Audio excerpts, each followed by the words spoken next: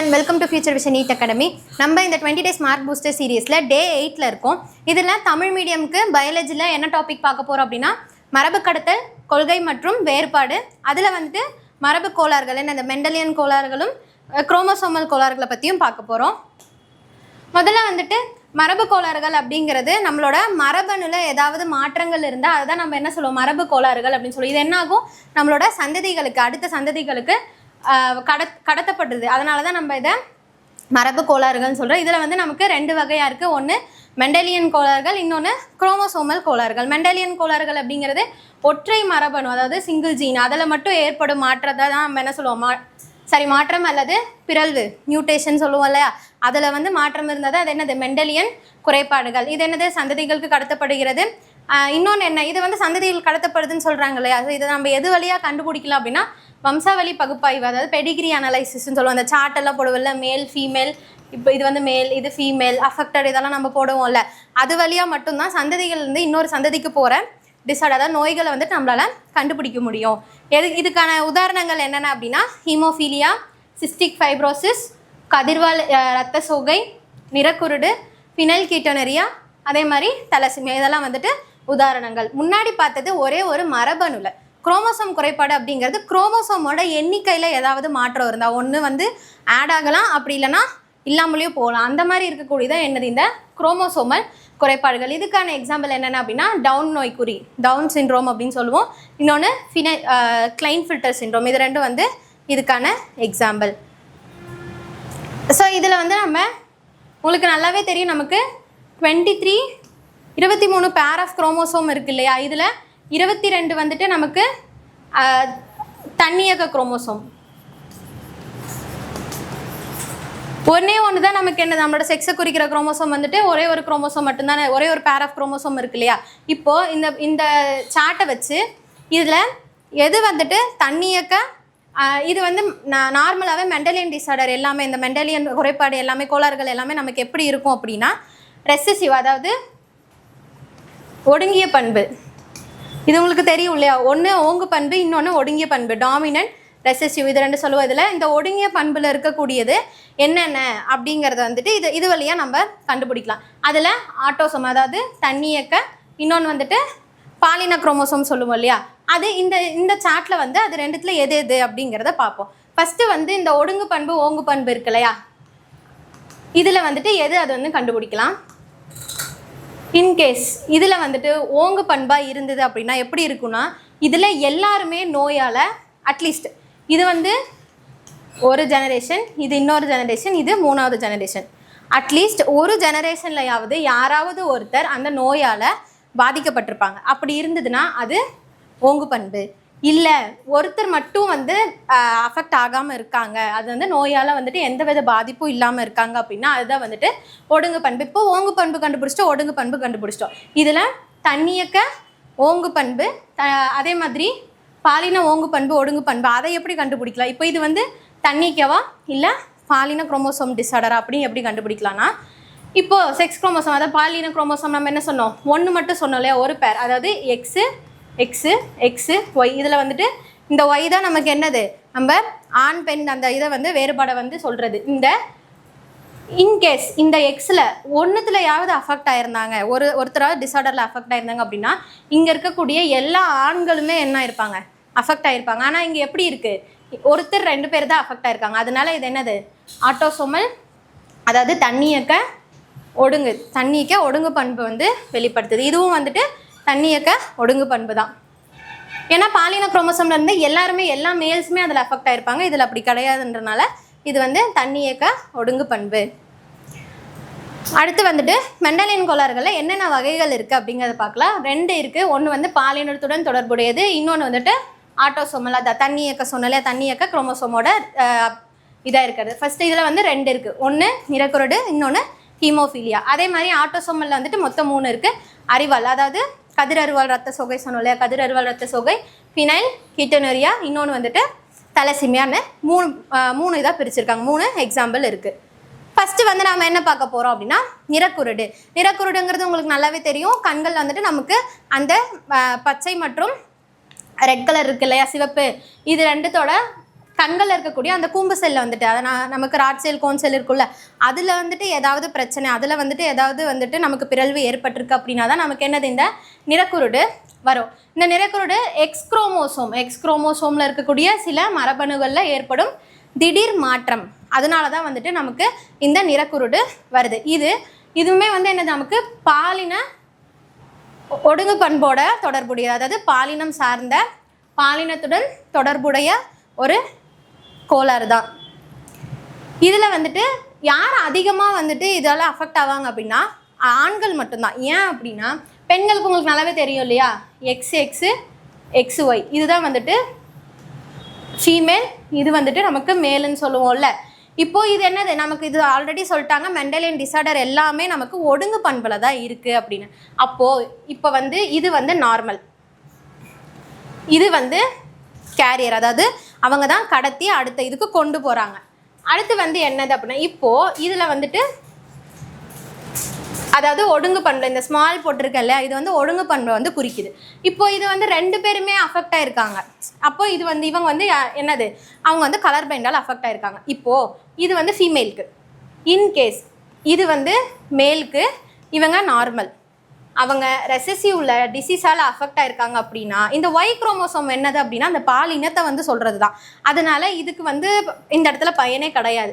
இப்போது இது வந்து ரெசசிவாக இருந்தால், அதாவது ஒடுங்கு பண்பில் இருந்தாலுமே இது வந்து என்ன ஆகும், அதோட அந்த நோயை வந்துட்டு இது வெளிக்காட்டுறதுனால இது வந்து என்னது அதிகமாக யாரை அஃபெக்ட் பண்ணும் அப்படின்னா சுமார் 8% ஆண்களுக்கும் 0.4% வந்து பெண்களை மட்டும்தான் அஃபெக்ட் பண்ணும். இதை வந்து இந்த கலர் பிளைண்ட் இந்த நிறைக்குருடு இருக்கவங்க மேக்ஸிமம் பெண்கள் வந்து கேரியராக இருப்பாங்க. எப்படி இருப்பாங்க, கேரியராக இருப்பாங்க, கேரியராக ஒடுங்கு பண்பில் இருப்பாங்க. அதனால என்ன ஆகும் அப்படின்னா இவங்களுக்கு பிறக்கக்கூடிய ஆண் பிள்ளைகள் எல்லாருமே எப்படி இருப்பாங்க, 50% வந்துட்டு கலர் பிளைண்ட்னஸ் வரதுக்கு அவங்களுக்கு வாய்ப்புகள் அதிகமாக இருக்குது. ஏன் இது வந்து இப்போ வந்து அம்மா வந்து கலர் பிளைண்டில் இருந்தால் அது வந்து மகன்களை மட்டும்தான் வந்துட்டு அஃபெக்ட் பண்ணுமா, ஏன் அவங்களோட பொண்ணை வந்து அஃபெக்ட் பண்ணாதா அப்படின்னு கேட்டால் அது அஃபெக்ட் பண்ணாது. ஏன் அப்படின்னா இன்கேஸ் அந்த கண்டிஷன் மகள்களுக்கும் எப்போ வரும் அப்படின்னா போத் அப்பா அம்மா 2 பேருமே வந்துட்டு கேரியராக இருக்காங்க. அப்பா அம்மா 2 பேருமே. ஏன்னா இப்போது நமக்கு வந்து ஏன் மகன்களுக்கு மட்டும் கலர் பிளைண்ட்னஸ் அம்மா கேரியராக இருந்தால் வருதுன்னா ஏன்னா ஒரு எக்ஸ் குரோமோசோம் யார்கிட்டேருந்து வருது, அம்மா கிட்டேருந்து தான் வருது. ஒய் குரோமோசோம் மட்டும்தான் அப்பா கிட்டேருந்து. அதனால 50% வந்து மகன்களுக்கு வரதுக்கு சான்ஸ் இருக்குது. பொண்ணுங்களுக்கு ஏன் வராது அப்படின்னா இங்கே இருக்க ஒரு எக்ஸ் குரோமோசோம் இங்கே இருக்க ஒரு எக்ஸ் குரோமோசோம் அவங்களுக்கு வரதுனால அவங்க ஜஸ்ட் கேரியராக தான் இருப்பாங்க. ஆனால் ஒரே கேஸில் மட்டும் மகள்களுக்கும் அந்த இது நிறக்குருடு வரத்துக்கு வாய்ப்பு இருக்குது. எப்போ அப்படின்னா 2 பேருமே தாய் தந்தையோட மரபணு 2மே கேரியராக இருக்கும். அதாவது இப்படி இருக்கும். இப்போது இந்த எக்ஸ் குரோமோசோம் வரப்போ பெண்களுமே வந்துட்டு அவங்களோட மகள்களுக்குமே என்னது இந்த நிறக்குருடு வரத்துக்கான வாய்ப்பு அதிகமாக இருக்குது. அடுத்து ஹீமோஃபீலியா, இதுவும் வந்துட்டு பாலினத்துடன் தொடர்புடைய ஒரு ஒடுங்கு நோயானது, அதாவது ரிசசிவ்னு சொன்னோம் இல்லையா, ஒடுங்கு நோயானது. இது என்ன பண்ணும் அப்படின்னா இந்த நோயில் அதாவது இதுவுமே வந்து பெண்கள் இந்த பாதிப்பற்ற நோய் கடத்தி, அதுதான் கேரியர்னு சொன்னோம் இல்லையா, நோய் கடத்தி. பெண்கள் வந்துட்டு நோய் கடத்தியாக இருக்கப்போ தான் இது வந்து ஆண் சந்ததிகளுக்கு பரவும். பெண்கள் நோய் கடத்தியாக இருந்தாங்கன்னா மேக்ஸிமம் அதை யாரை அஃபெக்ட் பண்ணும் அப்படின்னா ஆண்கள் தான், அந்த அவங்களோட ஆண் சந்ததிகளை தான் அஃபெக்ட் பண்ணும். பெண்களை எப்போ அஃபெக்ட் பண்ணும் அப்படின்னா 2 பேருமே நோய் கடத்தியாக இருக்குது. ஆண் பெண், அதான் அம்மா அப்பா 2 பேருமே நோய் கடத்தியாக இருக்கப்போ தான் நமக்கு என்ன ஆகும், பெண்கள் வந்து அதிகமாக அஃபெக்ட் ஆவாங்க. இந்த நோயில் என்ன ஆகும் அப்படின்னா ரத்த உறைதலை ஈடுபடக்கூடிய புரதங்கள், ஒரு புரதம் இருக்குது, அது வந்து என்ன பண்ணும் அப்படின்னா நிறைய புரதங்களை சேர்த்து தான் என்ன ஆகுது, கடைசியாக ஒரு புரதம் வந்து நம்ம இதுக்கு முன்னாடிலாம் பார்த்துருக்கோம் இல்லையா, பிளேட்லெட்ஸ் அந்த ரத்த இதெல்லாம் வந்து பார்த்துருப்போம். அதில் வந்து உறைதல், ரத்த உறைதலுக்கு என்ன பயன்படுது, ஃபைப்ரினோஜன் பயன்படுது இல்லையா, அதில் வந்துட்டு ரத்த உறைதலை ஈடுபடுற புரதங்கள் வந்துட்டு வேலை செய்யாது. அதனால என்ன ஆகும், பாதிக்கப்பட்ட ஒருவருக்கு ஏற்படும் ஒரு சிறிய வெட்டு, ஏதாவது ஒரு வெட்டுக்காயம் நடந்தால் கூட அவங்களுக்கு ரத்தப்போக்கு வந்து அதிகமாக இருக்கும். ஏன் அப்படின்னா அந்த இடத்துல ரத்த உறைதலில் ஈடுபடக்கூடிய புரதங்களோட வேலை வந்து ஒழுங்காக நடக்காததுனால. எதனால, யாருக்கு, ஹீமோஃபிலியா அஃபெக்ட் ஆனவங்களுக்கு. அதே மாதிரி ஹீமோஃபிலியாவிற்கான மாறுபட்ட மரபணுகளை கொண்ட பெண், அதாவது அம்மா வந்து கேரியராக இருக்காங்க, நோய் கடத்தி இருக்காங்க அப்படின்னா அவங்க வந்து என்ன பண்ணுவாங்க, அவங்க தான் வந்து அடுத்த ஜெனரேஷன், அதாவது மகன்கள் அவங்களோட வழிக்கு வந்துட்டு என்ன பண்ணுவாங்க, நோய்களை வந்து கடத்தி கொண்டு போவாங்க. ஒரு பெண் ஹீமோஃபிலி நோயாளியை மாறுவதற்கு அந்த சான்ஸ் வந்து ரொம்ப கம்மியாக தான் இருக்கும். ஏன்னா இப்போ வந்து யார் ஒரு பொண்ணுக்கு வந்து அந்த ஹீமோஃபிலியா நோய் அஃபெக்ட் ஆகணும்னா அப்பா அம்மா 2 பேருமே எப்படி இருக்கணும், ஹீமோஃபிலியா நோய்க்கான கேரியராக இருக்கணும். ஆனால் இந்த இடத்துல அப்பா வந்து ஹீமோஃபிலியாவாக இருக்கிறதுக்கு வாய்ப்பு ரொம்ப கம்மி. ஏன்னா அவங்க வந்து 18 வயசுக்கு மேலே உயிரோடே இருக்க மாட்டாங்க. அதனால பெண்களுக்கு வந்து இந்த நோய் வரத்துக்கான சான்ஸ் வந்து ரொம்ப கம்மி. இதை வந்து என்ன சொல்லுவாங்க, ஒரு அரச நோயின்னு சொல்லுவாங்க, ராயல் டிசீஸ் அப்படின்னு சொல்லுவாங்க. ஏன் அப்படின்னா இந்த டிசீஸ் யாருக்கு இருந்தால் குயின் விக்டோரியா, நீங்கள் நிறைய பேர் கேள்விப்பட்டிருப்பீங்க இல்லையா, குயின் விக்டோரியாவோட சந்ததிகளுக்கு இந்த ஹீமோஃபீலியா டிசீஸ் இருந்ததுனால இதை ராயல் டிசீஸ்னு சொல்லுவாங்க. அதில் வந்து குயின் விக்டோரியா வந்து எப்படி இருப்பாங்க, கேரியராக இருப்பாங்க, நோய் கடத்தியாக இருப்பாங்க. நோய் கடத்தியாக இருக்கிறதுனால அவங்களோட மகன்கள் வழி சந்ததி, அதாவது ஆண் சந்ததி எல்லாத்துக்குமே இந்த ஹீமோஃபீலியா நோய் இருந்தது. இது வந்து ஒரு எக்ஸாம்பிள் பாருங்களேன். ஃபாதர், அதாவது அப்பா வந்துட்டு கலர் பை நிறக்குருடில் இருக்கார், அம்மா வந்து நார்மலான ஒரு பர்சன். அப்போ என்ன ஆகும் அப்படின்னா அவங்களுக்கு பிறக்கக்கூடிய மகன்கள் யாருக்குமே ஹீமோஃபிலியா வராது. ஆனால் அவங்களுக்கு பிறக்கக்கூடிய பெண்கள் எப்படி இருப்பாங்க, நோய் கடத்தியாக இருப்பாங்க, அதாவது கேரியராக இருப்பாங்க. இன்கேஸ் ஃபாதர் நார்மலாக இருக்காங்க, அப்பா நார்மலாக இருக்காரு, அம்மா மட்டும்தான் ஹீமோஃபிலியா கேரியராக இருக்காங்க. ஹீமோஃபிலியா கேரியராக இருக்கப்போ என்ன ஆகும் அப்படின்னா இவங்களுக்கு பிறக்கக்கூடிய ஆண் வந்து எப்படி இருப்பாங்க, அவங்க ஹீமோஃபீலியாவால் அஃபெக்ட் ஆகிருப்பாங்க. ஆனால் பெண்கள் வந்துட்டு நோய் கடத்தியாக மட்டும்தான் இருப்பாங்க. ஏன்னா அப்பா வந்து நார்மலாக இருக்கார் இல்லையா, ஸோ அதனால் இது வந்து ஹீமோஃபீலியா. அடுத்து அறுவாள் செல் சோகை, கதிர் அறுவாள் செல் சோகை சொன்னால, சிக்கிள் செல் அனீமியா. இது முன்ன பார்த்தது எல்லாமே பாலினத்தோட தொடர்புடைய நோய்கள். இது வந்து எல்லாமே என்னது, ஆட்டோசோம், அதான் நம்ம இதில் இருக்கக்கூடிய தன்னியக்க செல்கள் இருக்கு இல்லையா, அதோட தொடர்புடையதான் என்னது இந்த கதிரறுவால் சோகை, ரத்த சோகைன்னு சொல்லுவோம்ல. இதில் வந்துட்டு என்ன ஆகும் அப்படின்னா இந்த நோயை வந்து நம்ம எப்படி டிட்டர்மைன் பண்ணலாம் அப்படின்னா HbA HbS, இது வந்து நோய் கடத்தி.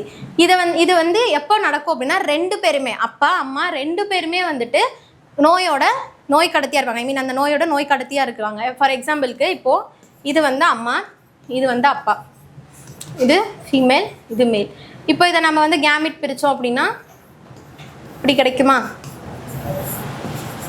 ஸோ இதை நம்ம கிராஸ் பண்ணுறப்போ நமக்கு AA, இது வந்து டிசீஸ் கிடையாது, இவங்க நார்மல். அதே மாதிரி இது AAங்கிறது நமக்கு கேரியர், அதாவது என்ன சொல்கிறது, நோய் கடத்தியாக இருப்பாங்க. அதே மாதிரி AAங்கிறதும் நோய் கடத்தியாக இருப்பாங்க. கடைசியாக இந்த 2 ரெசிசிவ் கிடைக்கிது இல்லையா, அதாவது ஒடுங்கு பண்புடையது. இந்த மெண்டலின் டிசார்டர் எல்லாமே நமக்கு என்ன சொன்னோம், ஒடுங்கு பண்பில் இருக்குதுன்னு சொன்னோமா. அப்போது ரிசசிவ் கடைசியாக வர இந்த ஸ்மால் ஏஏ தான் என்னது, இந்த சிக்கிள் செல் அனேமியா. இதில் வந்து நமக்கு மொத்தம் 3 ஜீனோடைப் இருக்குது. ஒன்று HbA, இது வந்து நார்மல். இன்கேஸ் HbA HbS இவங்க தான் யார், கேரியர், அதாவது நோய் கடத்தியாக இருப்பாங்க.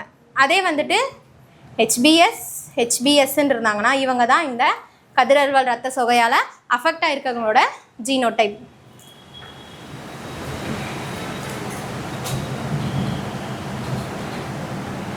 இது வந்து இந்த கதிரறுவால் சோகை, இந்த கதிரறுவால்னு இந்த இது இருக்கு இல்லையா, இந்த ஸ்ட்ரக்சர் வந்து எப்படி ஃபார்ம் ஆகுது அப்படின்னா நம்மளோட ரத்த செல் ஹீமோக்ளோபின் இருக்குல்ல, ஹீமோக்ளோபினோட செயின் தான் இது. இப்போது நார்மல் ஹீமோக்ளோபினோட செயினில் வந்து இப்படி இருக்கு இல்லையா, GAG, அதாவது குவானின், அடினைன், தைமன், சைட்டோசின் இருக்குல்ல, அதில் இந்த பேர் குவானின், அடினைன், குவானின். அதே மாதிரி குவானின் ஆல்வேஸ் எதோட பேர் ஆகும் அப்படின்னா சைட்டோசினோட பேர் ஆகும், அடினைன் வந்து தைமினோட பேர் ஆகும் இல்லையா. இது வந்து நார்மல் ஹீமோக்ளோபின். இங்கே நமக்கு என்ன ஆகுது, mRNA, அதாவது சென்ட்ரல் டாக்மாலாம் படிச்சிருப்போம்ல, டிரான்ஸ்கிரிப்ஷன் நடந்து GAG தான் நமக்கு ஃபார்ம் ஆகும். இந்த குளுட்டாமிக் ஆசிட் GLU 6th பொசிஷனில் இருக்கக்கூடிய குளுட்டாமிக் ஆசிட் வந்து நமக்கு என்னவா ஃபார்ம் ஆகுது அப்படின்னா வேலினா மாறுது. குளுட்டாமிக் ஆசிட் வந்துட்டு வேலினா வருது. இது வந்து ஹீமோக்ளோபினோட பெப்டைட் செயின். இதில் 6th பொசிஷனில் குளுட்டாமிக் ஆசிடுக்கு பதிலாக எனக்கு வேலின் வந்துட்டு சப்ஸ்டியூட் ஆகுது, அதாவது மாறுது. இங்கே ஒரே ஒரு பேஸ், அதாவது தைமினுக்கு பதிலாக அடினைன், சரி இங்கே வந்து இது வந்து சப்ஸ்டியூட் ஆகிறதுனால தான் எனக்கு என்ன ஆகுது, மொத்தம் இந்த ஹீமோக்ளோபினோட ஸ்ட்ரக்சரே எனக்கு மாறிடுது. அப்போ என்ன ஆகும், இந்த பைகான்க்கு, அதாவது இப்படி இருக்கும் இல்லையா ஹீமோக்ளோபின் ஸ்ட்ரக்சரு, இது வந்து எனக்கு என்னவா மாறிடுது அப்படின்னா கதிரறுவால் மாதிரி மாறிடுது. ஸோ எனக்கு இப்போ மாறினதுக்கப்புறம் என்ன ஆகும், அந்த இடத்துல எனக்கு ஆக்சிஜனோட அளவு கம்மியாயிடும்.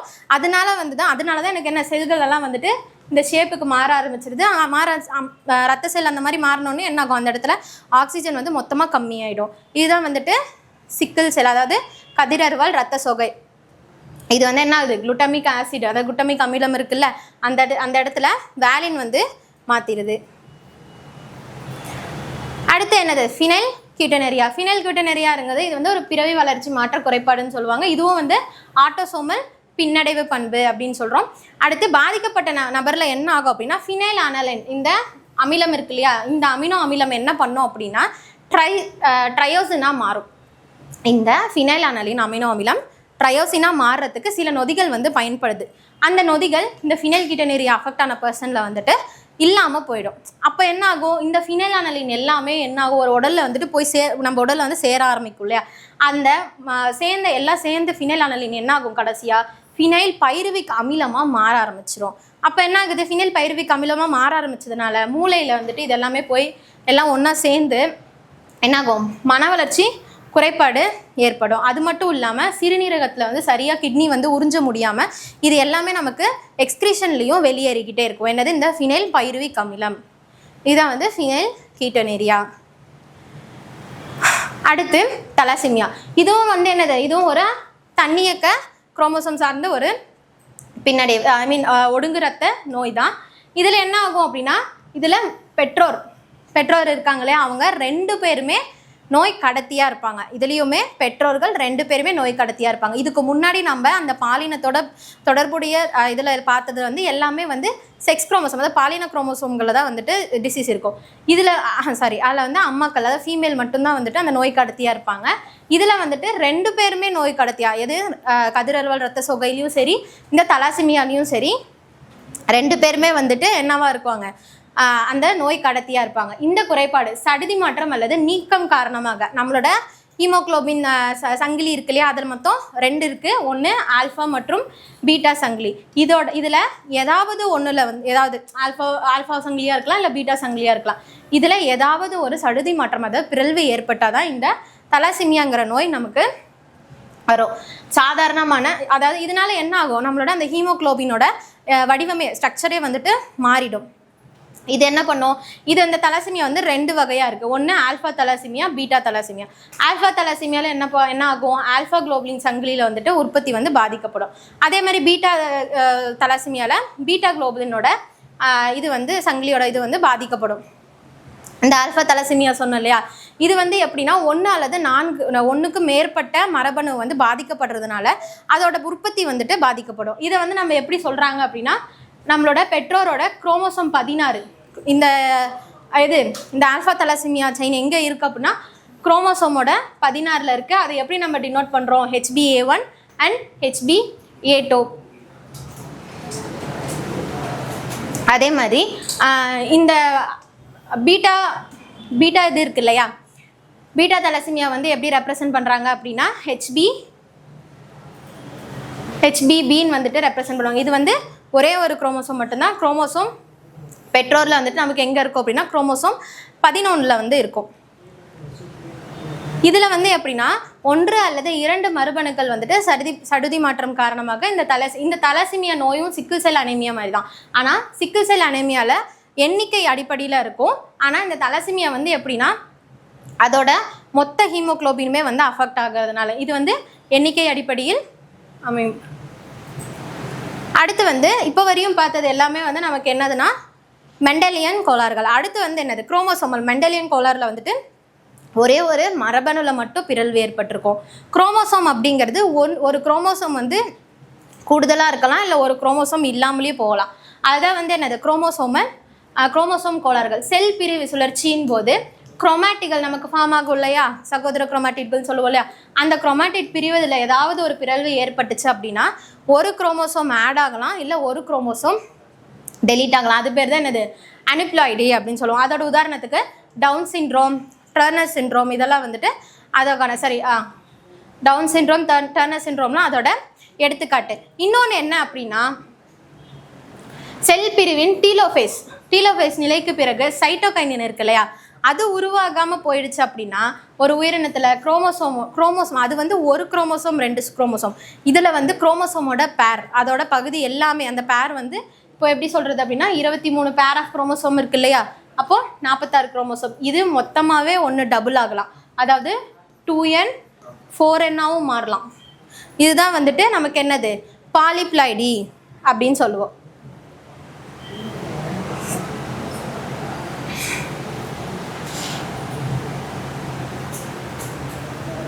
இந்த நிலைகள் முறையே வந்துட்டு நம்ம வந்து ட்ரைசோமி அல்லது மோனோசோமின்னு குறிப்பிடுறாங்க. ட்ரைசோமி அப்படிங்கிறது 46 குரோமோசோமோட ஒரு குரோமோசோம் ஆட் ஆச்சுன்னா அதை நம்ம ட்ரைசோமின்னு சொல்லுவோம். மோனோசோமி அப்படிங்கிறது ஒரு குரோமோசோம்லேருந்து இன்னொரு ஒரு குரோமோசோம், அதாவது 46 குரோமோசோம்லேருந்து ஒரு குரோமோசோம் இல்லாமல் போச்சுன்னா அதை தான் என்ன சொல்லுவோம், நம்ம மோனோசோமி அப்படின்னு சொல்கிறோம்.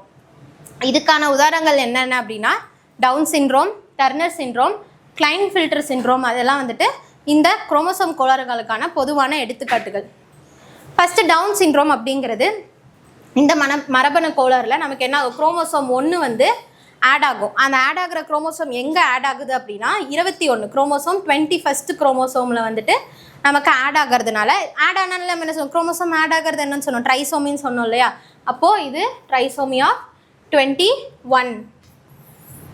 இங்கே வந்து 21st, அதாவது 21வது குரோமோசோமில் எனக்கு ஒரு குரோமோசோம் ஆட் ஆகுது. அதனால தான் இந்த டவுன் சிண்ட்ரோம் வந்துட்டு வருது. இது முதல்ல கண்டுபிடிச்சது யாருன்னா லாங்டன் டவுன் 1866 வந்துட்டு கண்டறிஞ்சாங்க. பாதிக்கப்பட்ட நபர்கள் எப்படி இருப்பாங்க, குள்ளமான உருவத்துடன், சிறிய வட்டமான தலை, சுருங்கிய நாக்கு, பாதி அளவு திரிந்த வாய், அதே மாதிரி அவங்களோட உள்ளங்கை வந்துட்டு ரொம்ப ப்ராடாக இருக்கும், அதற்குரிய உள்ளங்கை வந்துட்டு மடிப்பெல்லாம் இல்லாமல் இருக்கும். அதே மாதிரி உடல், அப்புறமேட்டு சைக்கோமோட்டார், நம்ம உள்ள மோட்டார்னு சொல்லுவோம் இல்லையா, நடக்கிறது நிற்கிறது, அதுக்கப்புறம் மன வளர்ச்சி ஆகியவை வந்துட்டு எப்படி இருக்கும், மந்தமடைந்து இருக்கும். இதுதான் வந்து டவுன் சிண்ட்ரோம். இது வந்து ட்ரைசோமிக்கான ஒரு எடுத்துக்காட்டு. ஏன் அப்படின்னா ஒரே ஒரு குரோமோசோம் 26வது குரோமோசோமோட ஆட் ஆகுது.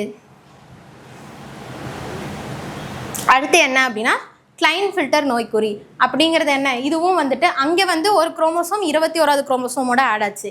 இதில் வந்து ஒரு எக்ஸ் குரோமோசோம் வந்து ஆட் ஆகுது, அதாவது 46ஓட 1 ஆட் ஆகுது. அது எப்படி இருக்குது அப்படின்னா XXY. இவங்க வந்து பார்க்குறதுக்கு ஆண்கள் மாதிரியே இருப்பாங்க, ஆனால் அவங்களுக்கு பெண்களோட வளர்ச்சி, அதாவது மார்பக வளர்ச்சி, இது எல்லாமே வந்து இருக்கும். இவங்க வந்து எப்படி இருப்பாங்க, மலட்டுத்தன்மை உடையவர்களாக இந்த கிளைன்ஃபில்டர் சிண்ட்ரோம் வந்தவங்க இருப்பாங்க. ஏன் அப்படின்னா ஒரு பெண்குரிய ஒரு எக்ஸ் குரோமோசோம் வந்து ஆட் ஆகிறதுனால. இது வந்து கிளைன்ஃபில்டர் நோய்க்குறி. அடுத்து டர்னர். இதுக்கு முன்னாடி எல்லாமே நம்ம என்னது அடிஷன், ஒரு குரோமோசோம் வந்து ஆட் ஆகிட்டே போகுது. ஆனால் டர்னர்ஸில் என்ன ஆகும் அப்படின்னா ஒரு குரோமோசோம் வந்து மைனஸ் ஆகுது. அப்போ என்ன ஆகும், 45. நமக்கு வந்து 45 குரோமோசோம் தான் இருக்குது. அது எப்படி டிட்டர்மைன் பண்ணுறாங்க அப்படின்னா XO. இவங்களை வந்துட்டு என்ன, இந்த பெண்களுக்கு வந்து இந்த சினப்பைகள் வளர்ச்சி வந்து குன்றி இருக்கும். அதே மாதிரி இது 2ஆம் நிலை பாலியல் பண்புகள் எதுவுமே வந்து அவங்களுக்கு இருக்காது. இதுதான் என்னது டர்னர் நோய்க்குறி. ஃபஸ்ட்டு என்னது டவுன் பார்த்தோம், அதில் வந்து ஒரு குரோமோசோம் வந்து 21வது குரோமோசோமோட ஆட் ஆகுது. அடுத்து வந்து கிளைன்ஃபில்டர் வந்துட்டு இன்னொரு எக்ஸ் குரோமோசோம் வந்து ஆட் ஆகுது. இதே வந்து டர்னரில் வந்து ஒரு குரோமோசோம் வந்து மைனஸ் ஆகுது. இதுவரை பார்த்தது எல்லாமே கான்செப்ட். அதுக்கான PYQs அண்ட் MCQs பார்க்கலாம். ஃபஸ்ட்டு PYQ வந்து இது இப்போ கேட்ட கொஷின் தான். டர்னர் நோய்க்குறி உள்ள பெண் மனிதர் எப்படி இருப்பாங்க அப்படின்னு சொல்லி கேட்குறாங்க. டர்னர் இப்போ தானே பார்த்தோம், 45 XO. இதை வச்சு நீங்கள் ஈஸியாக போட்டுடலாம். ஆப்ஷன் B XO குரோமோசோம்களுடன் 45 குரோமோசோம்களை கொண்டுள்ளன. மொத்தம் நமக்கு எத்தனை குரோமோசோம், 46. அடுத்து நிறக்குருடு கொண்ட தந்தையை கொண்ட ஒரு ஆண் பெண் 2 பேர் இருக்காங்க. இந்த ஆணோட அப்பா அம்மா வந்துட்டு எப்படி இருக்காங்க அப்படின்னா தந்தை வந்துட்டு நிறக்குருடு இருக்கவங்களா இருக்காங்க, அவங்களோட அம்மா வந்து நார்மலாக இருக்காங்க. அப்போ என்ன ஆகும், இவரோட பையன் இவர் வந்து எப்படி இருப்பாங்க, நார்மலாக தான் இருப்பாங்க. ஏன்னா எக்ஸு இது பொண்ணு கேரியராக இருப்பாங்க, எக்ஸு நார்மலாக இருப்பாங்க, XCY சரி. ஏன்னா அந்த ஒரு குரோமோசோம் அவங்களுக்கு வந்து யார்கிட்டேருந்து வந்திருக்கு, அவங்களோட அம்மா கிட்டேருந்து வந்திருக்கு. அதே மாதிரி இந்த பெண் இருக்காங்க இல்லையா, இவங்களோட தாயையும் சாதாரண தந்தையும் கொண்ட ஒரு பெண்ணை மணக்கிறார். இந்த தம்பதியரின் ஆண் குழந்தைகளில் எத்தனை சதவீதம் நிறக்குருடு உடையவர்களாக இருப்பார்கள்? அப்போ இவங்க வந்து எப்படி இருப்பாங்க அப்படின்னா இவங்க கேரியராக இருப்பாங்க. ஸோ இவங்களுக்கு பிறக்கக்கூடிய பையன் வந்து 50%, அதாவது 50% வந்து நிறக்குருடு உள்ளவர்களாக இருப்பாங்க. இது எல்லாமே NCERT அந்த புக் லைன்ஸ்லேயே இருக்கக்கூடிய ஒரு கொஷின் தான். அடுத்து MCQs. பின்வருவனவற்றுள் எது தன்னியக்க ஒடுங்கு மெண்டலியன் கோளாறு, அதாவது ஆட்டோசோமல் பின்னடைவு, ஆட்டோசோமல் ரெசசிவ் சொன்னோம் இல்லையா, அப்படிங்கிறது என்னது? ஃபினைல் கியூட்டனேரியா. ஏன்னா ஹீமோஃபீலியாங்கிறது பாலினத்தோட தொடர்புடையது. டவுன் சிண்ட்ரோமும் கிளைன்ஃபில்டரும் வந்து நமக்கு என்னது? குரோமோசோமல் கோளாறில் வரக்கூடியது. ஒட்டுமொத்த ஆண்மை வளர்ச்சியுடன் ஆனால் கைனகோமெஸ்டியா போன்ற பெண் பண்புகளை கொண்ட மற்றும் 47 குரோமோசோம்களை உடைய ஒரு நபர் பின்வருவனவற்றை எதால் பாதிக்கப்பட்டிருப்பாங்க அப்படின்னு சொல்லி கேட்குறாங்க. இங்கே 47 வந்துருச்சு. அப்போ என்னது? குரோமோசோம் ஒன்று ஏதோ இன்க்ரீஸ் ஆகிருக்கு. குரோமோசோம் இன்க்ரீஸ் ஆகிறது நமக்கு 2 தான், ஒன்று டவுன், இன்னொன்று கிளைன்ஃபில்டர். ஸோ அப்போது கிளைன்ஃபில்டர் நோய்க்குறி. அடுத்து சில ஒரு ஸ்டேட்மெண்ட் மாதிரி கொஷின் கேட்டிருக்காங்க. இது ஒரு பாலின சார்ந்த ஓங்கு மரபு குறைபாடு ஆகும். இதில் ஒரு குறைபாடு உள்ள மரபணு கூறு பெண்களில் இந்த நோயை ஏற்படுத்தக்கூடும். ஒரு பெண் ஹீமோஃபீலியா நோயால் பாதிக்கப்படுவதற்கான சாத்தியம் மிகவும் அரிதானது. ஏனெனில் அவருடைய தாய் குறைந்தபட்சம் ஒரு கடத்தியாக இருக்க வேண்டும் மற்றும் அவளுடைய தந்தை ஹீமோஃபீலியா நோயால் பாதிக்கப்பட்டவராக இருக்க வேண்டும். அடுத்து தலசிமியா ஹீமோஃபீலியாவிலிருந்து வேறுபடுகிறது. ஏனெனில் தலசிமியா என்பது மிக குறைவான குளோபின் மூலக்கூறுகளை உருவாக்கும் ஒரு அளவு சார்ந்த பிரச்சனை. எது? தலசிமியா வந்து நமக்கு ஒரு அளவு சார்ந்த பிரச்சனை. இதில் எது கரெக்டு அப்படின்னு சொல்லி கேட்குறாங்க. நமக்கு நல்லாவே தெரியும் 3, 2. ஏன்னா ஹீமோஃபீலியா பெண்கள் வந்து அஃபெக்ட் ஆகிற சான்ஸ் வந்து ரொம்ப கம்மி. அப்படி இருந்தாலும் ஒன்று அவங்களோட தந்தை ஹீமோஃபீலியாவாக இருக்கணும், அம்மா வந்து ஹீமோஃபீலியாவோட நோய் கடத்தியாக இருக்கணும். அதுக்கடுத்து வந்து தலசிமியா ஹீமோஃபீலியாவிலிருந்து அதாவது மாறுபட்டு இருக்குது. ஏன் அப்படின்னா இது ஒரு அளவு சார்ந்த பிரச்சனை. இப்போ வரையும் நம்ம எதை பற்றி பார்த்தோம்? மெண்டலியன் கோளாறுகள் பற்றி, அதாவது மரபணு கோளாறுகள். அதில் வந்து மெண்டலியன் கோளாறுகள் பற்றியும் குரோமோசோமல் கோளாறுகள் பற்றியும் பார்த்தோம் இல்லையா? இந்த சீரியஸ் பயாலஜிக்கு மட்டும் இல்லாமல் ஃபிசிக்ஸ் அண்ட் கெமிஸ்ட்ரிக்கும் இருக்குது. இந்த டாபிக்ஸான ப்ராக்டிஸ் கொஷின்ஸ் எல்லாமே எங்களோட வெப்சைட்டில் அவைலபிளாக இருக்குது. வெப்சைட் லிங்க் இந்த வீடியோக்கு கீழே டிஸ்கிரிப்ஷனில் இருக்குது. செக் பண்ணி பாருங்கள். தேங்க்யூ.